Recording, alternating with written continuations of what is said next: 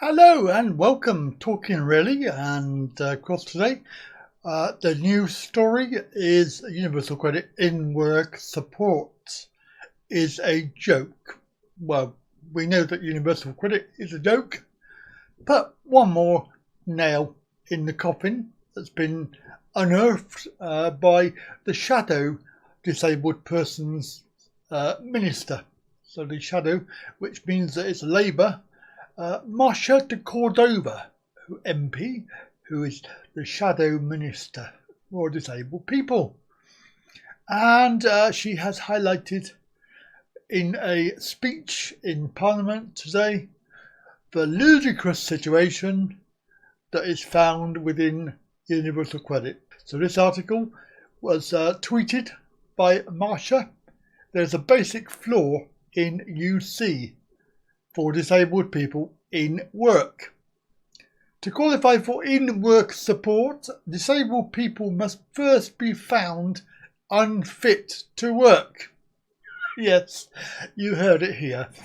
They have to be found unfit to work for a work capability assessment, so a WCA, yet they are in work. Please, somebody, can you explain that to me, because I do not understand. So this is the speech that she made. Support for disabled people in work should be a top priority for this government. But on several occasions I have raised with ministers a fundamental flaw under universal credit for disabled people in work, which is that to qualify for in-work support, such as the work allowance, one must be found unfit for work under the work capability assessment. This contrasts with legacy social security, where qualifying for in-work support is by being in receipt of DLA or PIP. So does the Minister agree with me that this is absurd, and will he commit today to rectifying this illogical and damaging policy? Unfortunately, as per normal with the Tory party, they believe that nothing is wrong, everything is working, and Universal Credit is perfect. However, so it's not, we know that. But the response was... Mr Speaker, what I will commit to is continuing to do everything we can to make sure that all people with disabilities and long-term health conditions have the maximum chance to get into work. And I'm very proud that over the last 5 years alone, 950,000 more disabled people are in work, and we are continuing to make good progress towards our target for a further million disabled people in work by 2027.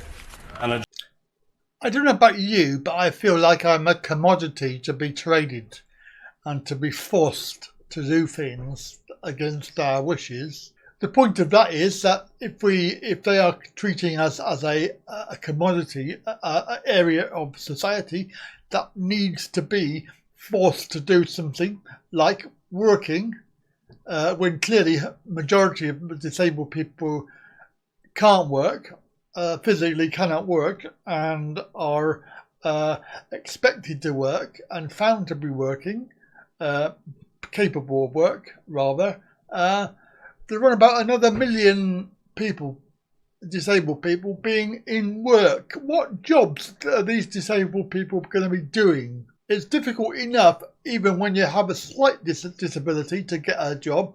I mean, there are progressive employers who will employ disabled people and they give you an interview and everything, but you have to be selective, because the average employer really doesn't give a toss about disabled people. They just want people to work, and if you're not able to work and do a proper job and not having time off ill or going to appointments, then they're quite happy to employ somebody else that doesn't do that. And it's got nothing to do with quotas. It's got nothing to do with any sort of incentive that the government can offer them. It's not got any... I mean, this in-work support thing is a joke. Somebody to qualify for it needs to be declared unfit for work. What's the point of them going to work if they're going to be declared unfit for work? It's just ludicrous. And this is all part of the UC programme as it is now.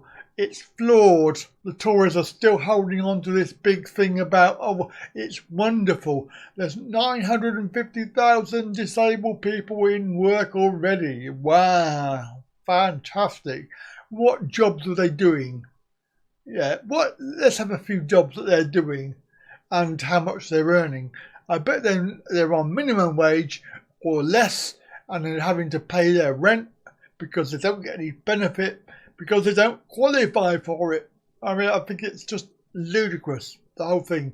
So universal credit in work support is a joke, as is the Tory party. Oh, by the way, if you're happy with this channel and you really like it and you want to support me and you can afford maybe a few pounds, maybe the price of a coffee, you know how much they are, they're 2 or 3 quid for a coffee. So if you can afford that per month, pop over to my Patreon page and please support me there by signing up to be a patron, and it will cost you a minimum of $3. It's in American money, but so the minimum that you need to spend for access to videos and everything else is obviously $5, which is 2 or 3 quid in English. There are other benefits to becoming a patron of myself.